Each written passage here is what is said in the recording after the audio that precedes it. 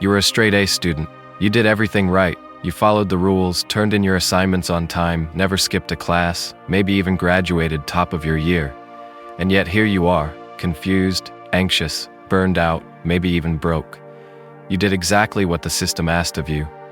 So why does the real world feel like a pop quiz in a language no one taught you? Here's the paradox. School teaches you how to pass, but not how to live. It teaches you how to find the right answer, but not how to ask the right questions. You can write an essay on Shakespeare, but can't navigate a job interview. You can solve an equation, but can't solve a disagreement. In school, you learned how to meet expectations. Out here, you're expected to create your own path, and no one gives you a rubric for that. This isn't your fault. It's not a personal failure. It's a structural design. The system rewards performance, not personhood. And the sooner we admit that, the sooner we can stop blaming ourselves and start learning what we were never taught. So let's ask, why are so many academically successful people emotionally, socially, and existentially lost? You were trained to remember, not to think. You probably don't remember your first test, but you definitely remember how it felt to get your first A.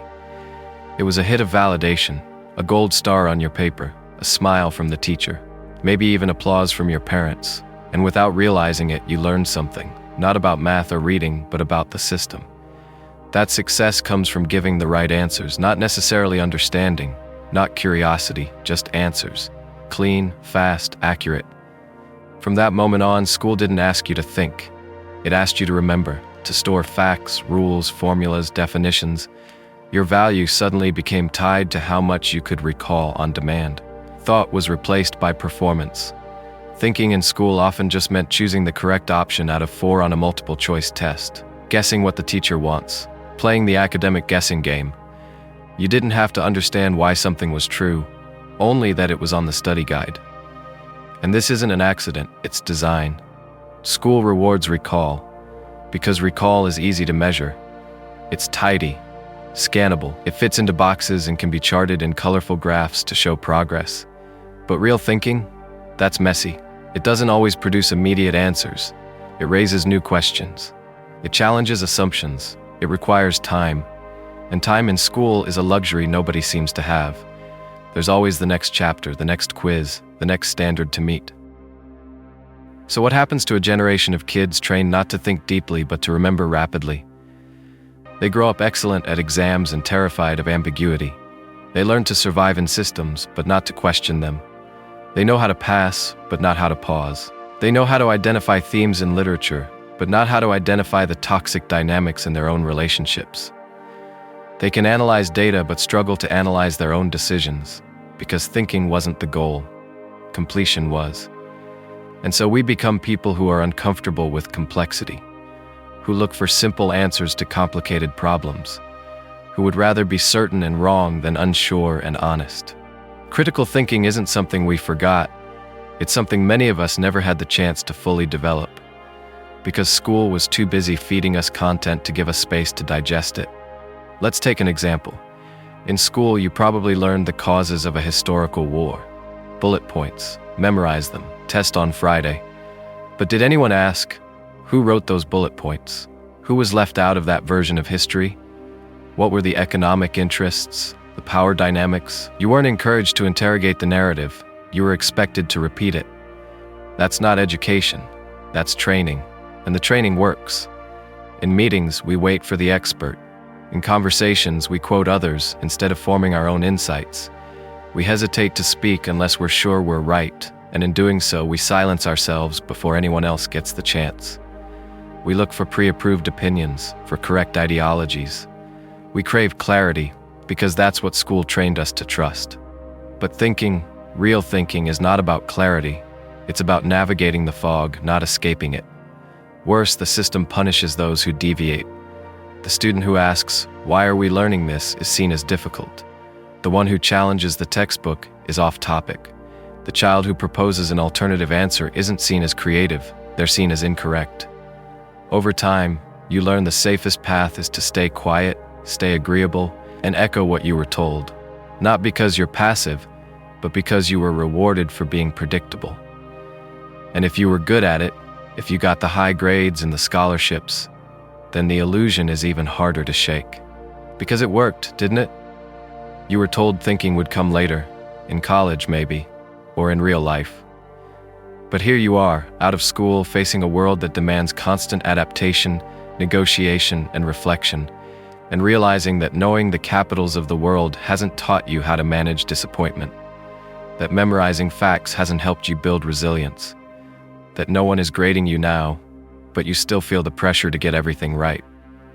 So now, when you're stuck in indecision, when you're afraid to take a risk, when you're searching for someone else to tell you what to do, it's not because you're incapable. It's because you were trained to wait for instructions, not to build your own map. You were trained to remember, not to think. But here's the thing. Real thinking isn't a gift. It's a practice. It starts with permission.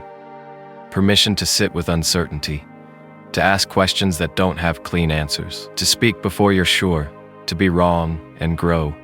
It's learning to slow down instead of always rushing toward the finish line, to listen before reacting, to challenge your beliefs, not just defend them. It's not about being clever, it's about being awake. And maybe, just maybe, the first step in thinking for yourself is unlearning the voice that says, will this be on the test?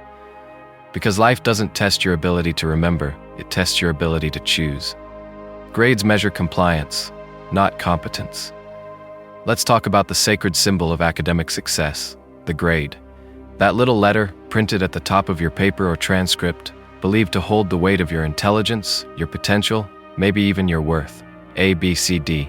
Sometimes a number, sometimes a color, always a judgment, always a label. We treat it as objective truth.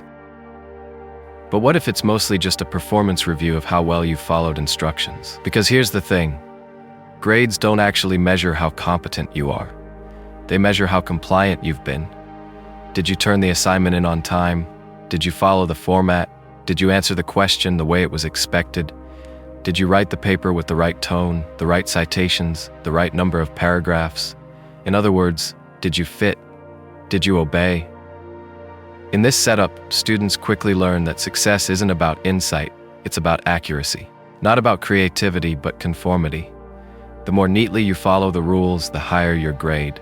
Step outside the box, take a risk, offer something different. It might be brilliant, but it might also cost you points. And so we play it safe. We learn to write what the teacher wants to read. We learn to anticipate the test, not interrogate the content. We learn how to do school instead of how to think. And the reward for this well-behaved performance? Praise, scholarships, honor societies, a framed diploma. But what happens when you enter a world that doesn't hand out rubrics?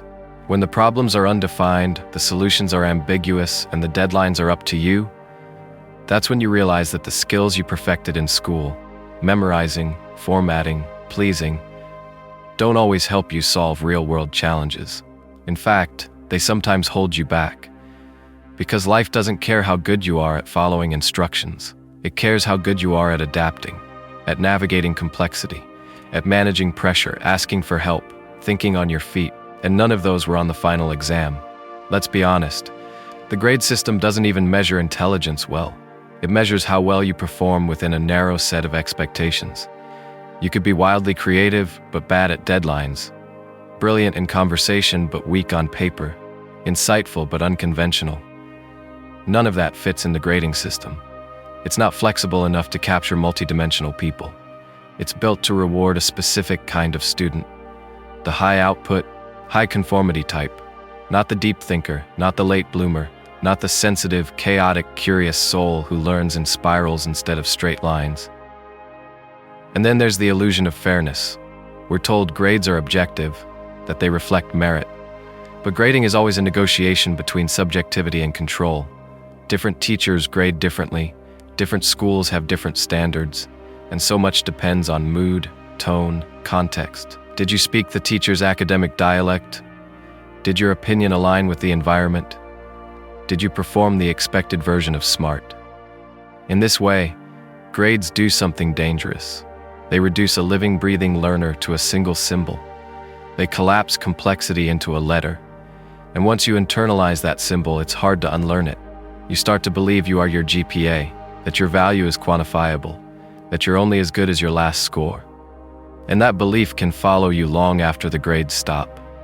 It creates people who feel like they're failing if they're not constantly achieving. People who can't enjoy learning unless it's validated. People who seek external approval before they trust their internal compass. People who measure their worth by productivity instead of presence. And when life asks for something different, intuition, courage, imperfection, they freeze. Not because they're not capable, but because they were never graded on those things. Let's take it further. The obsession with grades creates a fear of failure so intense that many people would rather play small than take a risk. They would rather stay in their comfort zone than explore something new.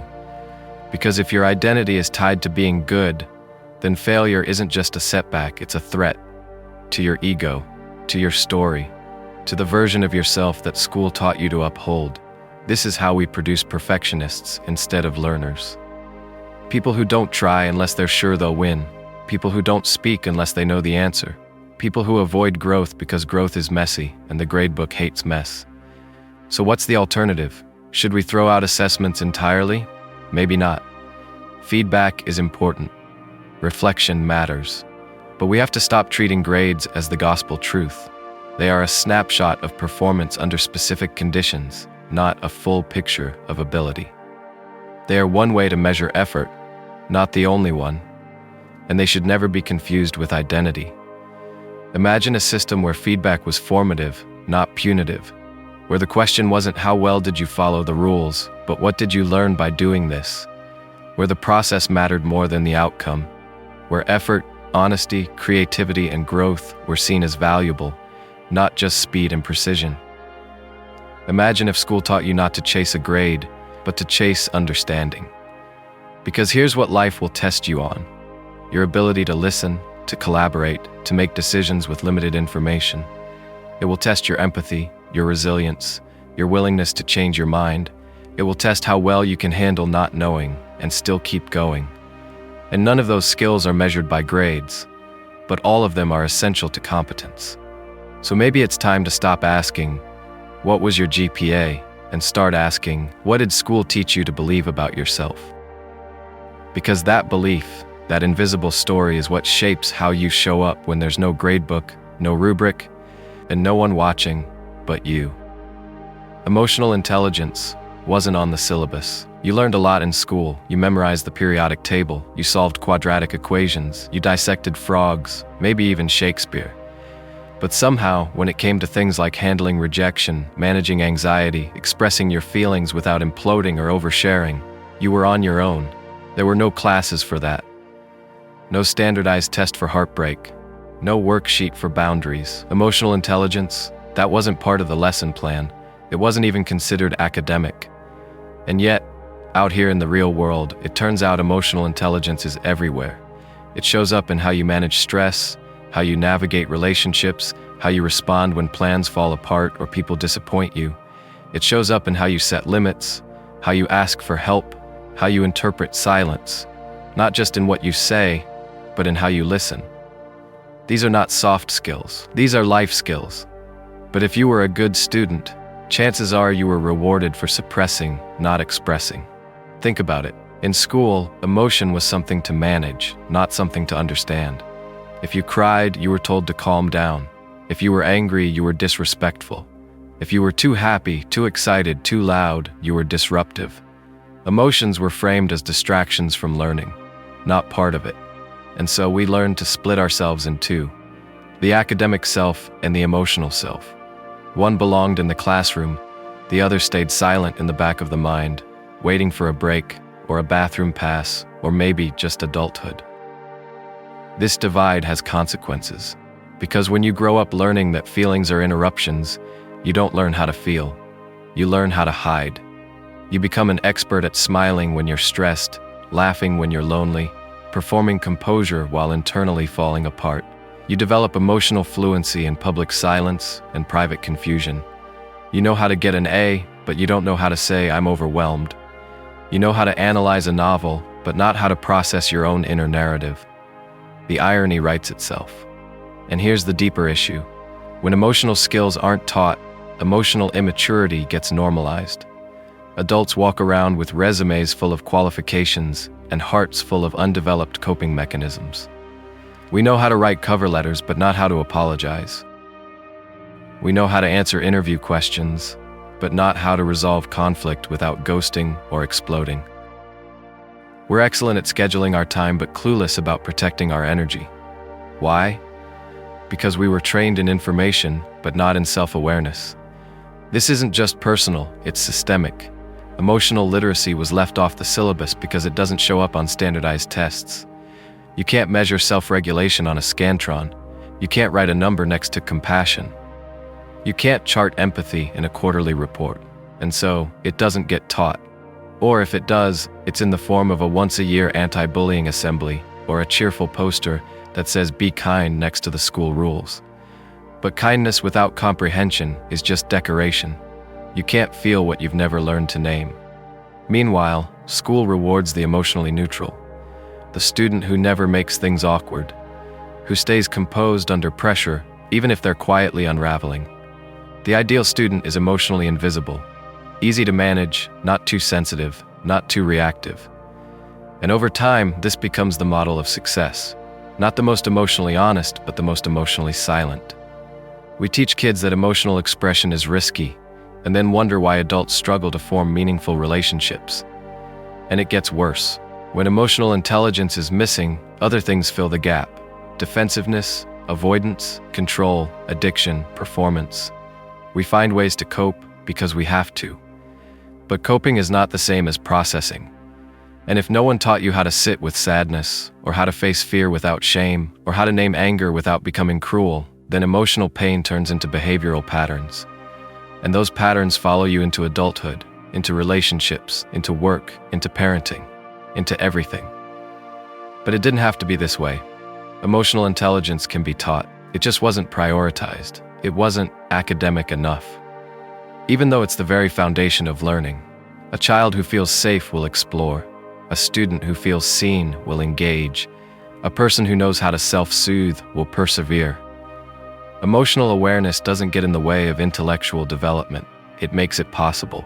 Imagine a classroom where emotions were part of the curriculum, where students learned to recognize their own patterns, where they practiced naming their feelings instead of repressing them, where they were taught not just how to win debates, but how to repair relationships, where failure wasn't a shameful moment, but an opportunity to reflect without judgment, where vulnerability wasn't weakness, but wisdom. That kind of education wouldn't produce perfect students. It would produce whole humans, people who could feel, speak, pause, process, connect, and who could carry those skills beyond the classroom into the mess and miracle of real life. Because here's the truth, emotional intelligence isn't optional. You either learn it early or spend the rest of your life repairing what school ignored. The cost of leaving it off the syllabus isn't just personal, it's collective. A world full of emotionally illiterate people is a world full of conflict, confusion, and silent suffering. So no, emotional intelligence wasn't on the test, but it was always being tested. In how we treated each other, in how we treated ourselves, in what we were too afraid to say, and what we said without thinking. And maybe the real lesson isn't that school failed us, it's that we now have the chance to learn what really matters. Social skills aren't extra credit. They're the curriculum of life. In school, socializing is usually treated like a guilty pleasure. It's something you're allowed to do at lunch, on weekends, or in the 5 seconds before the teacher walks in and says, "Quiet down." Talking to each other isn't considered part of the lesson. It's a distraction from it. There's a reason teachers say stop socializing, but never start connecting.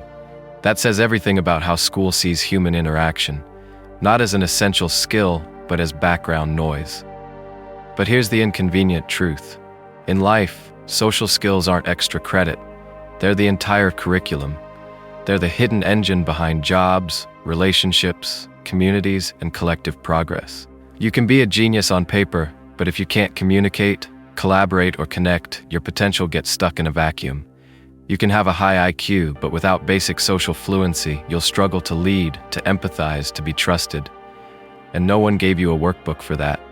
In school, your success depended on individual performance. Take your own test. Do your own work. sit quietly, focus on your paper. That makes sense for grading logistics, but not for human development. Because very little in adult life happens in isolation. You don't build a career alone, you don't solve complex problems alone, you don't create art, raise kids, or lead movements alone. Life is a group project.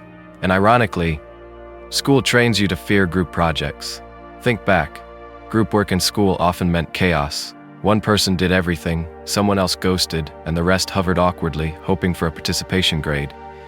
No one taught you how to delegate, how to listen, how to manage egos, how to give feedback without causing a meltdown. It was called collaboration, but it wasn't practiced. It was endured. And so we leave school thinking social dynamics are either innate or irrelevant. You either have people skills or you don't. Like it's a personality trait, not a learnable skill. But let's be clear, social intelligence is not a gift. It's an education, and most of us never got it. You weren't taught how to read body language, or how to handle a passive-aggressive coworker, or how to assert a boundary without sounding hostile. You weren't taught how to disagree without escalating, or how to connect without performing. Instead, you were taught to keep your head down and mind your own business. And now, when life asks you to lead a team, navigate a conflict, or give someone difficult feedback, you freeze. Not because you're incapable, but because you've been undertrained in one of the most vital areas of your humanity. This isn't just about conversation, it's about relational presence. Do you know how to stay in the room when things get uncomfortable? Do you know how to listen without trying to fix? Do you know how to admit when you're wrong? Do you know how to notice when someone else is struggling without them saying a word? These aren't soft skills. These are survival skills, and they weren't on the exam. The problem is that school measures what's easy to quantify. You can grade a test, you can score a presentation, but you can't assign a letter grade to eye contact, to empathy, to the tone you used when delivering a difficult truth. So it gets ignored, or worse, penalized. Talking too much, you're disruptive. Too quiet, you lack participation. Too assertive, you're bossy. Too hesitant, you're weak. You're told to be social, but only in a way that doesn't challenge the system. And so, you grow up confused about how to relate. And let's not ignore the cultural bias here. School often defines good communication through a narrow, standardized lens, usually extroverted, linear, confident, and emotionally contained. But what about the person who processes more slowly, who feels more deeply, who communicates best in images or metaphors or silence? They're seen as awkward, as less capable. Not because they lack skill, but because they don't fit the mold of professionalism taught in the classroom. The result? We end up with highly educated individuals who are socially underdeveloped, people who can build a spreadsheet but can't build trust, who can argue a case but can't hold a conversation, who know how to give a PowerPoint but not how to have a real, vulnerable, reciprocal dialogue. We become fluent in performance, but illiterate in presence. This is not just an individual problem, it's a societal cost. Because when we lack social skills, systems break down. Workplaces become toxic, families fracture, movements lose momentum, innovation stalls because people don't know how to disagree constructively or share credit generously. And all of that starts with what school taught us, or didn't. But it doesn't have to stay that way. Social skills can be learned, just like math, just like language. But it takes intention. It takes unlearning the belief that connection is secondary. It's not. It's foundational. The curriculum of life is not a list of facts. It's a series of relationships. With others. With ourselves. Imagine if schools taught this, not as an afterthought, but as central. What if we practiced empathy like we practice algebra? What if students reflected on their conversations the way they reflect on their essays? What if classrooms were less about answering alone and more about exploring together? What if we trained young people to listen with the same urgency we train them to memorize? We would raise not just better students, but better humans. So no, social skills aren't extra credit. They are the whole point. Because at the end of the day, no one remembers your GPA at your funeral, but they will remember how you made people feel, whether you showed up when it mattered, whether you could sit with someone in their pain, whether you made space for others to be fully human. And that, ironically, is the one thing school never really tested. You learned to achieve, but not to live. You knew what to do. Study hard, get good grades, stay out of trouble, join clubs, volunteer just enough to make it look noble, apply to the right schools, say the right things in interviews, collect the certificates, the honors, the congratulatory handshakes. You did all that, you followed the formula, you achieved, and then life asked, now who are you? And you didn't know, because no one ever taught you how to live. You were taught how to perform, how to excel, how to check boxes faster than anyone else. But you weren't taught how to rest, how to reflect, how to ask what matters to you. You were given milestones, but no map, metrics, but no meaning. You could quote philosophers, but had no idea how to process your own anxiety. You learned how to build a resume, but not how to build a life. This is what happens when achievement becomes the default setting. You're always chasing. There's always another step. Get the degree, get the job, get the promotion, get the apartment, get the title. And if you're lucky, someone applauds. If not, you keep running anyway, because slowing down feels like failure. You've been conditioned to fear stillness, to fear not being productive. You don't know how to be enough without evidence. The system did a great job. It taught you that value comes from doing, not from being. That rest is laziness, that joy is a luxury, that if you're not constantly achieving, you're falling behind.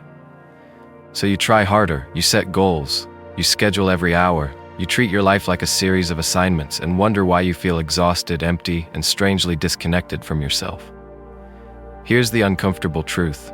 You were rewarded for ignoring yourself, for years, for pushing through, for sacrificing your needs in the name of performance, for prioritizing output over well-being. That essay got done, but your nervous system paid the price. That group project succeeded, but you swallowed your frustration to keep the peace. That test went well, but you forgot everything by the weekend because none of it actually meant anything to you. And this didn't start in adulthood. It started when you were a kid, when praise came faster for achievement than authenticity. When adults said, "I'm proud of you," not because you were kind or curious, but because you got an A. So you learned, love is earned through accomplishment. You learned I am valuable when I'm impressive, and that belief followed you. It still whispers when you rest. When you pause, when you try to say no, it says, "Are you sure you're doing enough?" The irony is brutal. You can do everything right in school and still feel utterly lost in life. Because school taught you how to chase outcomes, not how to sit with uncertainty. It taught you how to meet expectations, not how to understand your emotions. It taught you how to succeed, but not how to feel whole. And that's not your fault. It's a cultural design, a system that trains you to be productive before you're ever taught to be present. That values achievements it can measure, but ignores the ones it can't. No one claps when you learn how to say, "I need help." There's no trophy for setting boundaries, no extra credit for emotional healing. And yet these are the very skills that define the quality of your life. Because real life is not a checklist. It's not a staircase you climb to a finish line. It's not a performance, it's a practice of paying attention, of caring for yourself and others, of making mistakes and repairing and growing. It's not about how many things you've accomplished, it's about what those things cost you. Did you lose yourself to earn someone else's approval? Did you sacrifice connection in the name of success? Did you forget how to be human in your effort to be excellent? This is the reckoning so many high achievers quietly face. The moment when external success stops working as a distraction, when the applause fades, when the diploma is framed, the job is secured, the goals are checked, and you still feel a quiet ache that something's missing. And what's missing is you, the part of you that was never given time to emerge, the part that doesn't care about performance, the part that just wants to feel whole. But here's the thing, it's not too late. You can unlearn the performance. You can ask better questions, not what should I achieve next, but what actually brings me alive. Not how can I look successful, but how can I feel like myself? That's where the real work begins. That's where life begins. Because you were not born to be a project, you were born to be a person. Complex, imperfect, alive. And you don't need another award to prove you're worthy. You need space, you need curiosity, you need rest, and you need the kind of learning that doesn't end with a certificate, but but begins with an honest look at the life you actually want to live. So yes, you were taught to achieve, but now you get to learn how to live. So maybe you weren't failing at life. Maybe you were just playing by the wrong rules. You were told that if you got the grades, everything else would follow. But life isn't a test. It's not graded on a curve. It doesn't care how many gold stars you earned. It cares how you show up, how you cope, how you connect, how you adapt when things don't go as planned.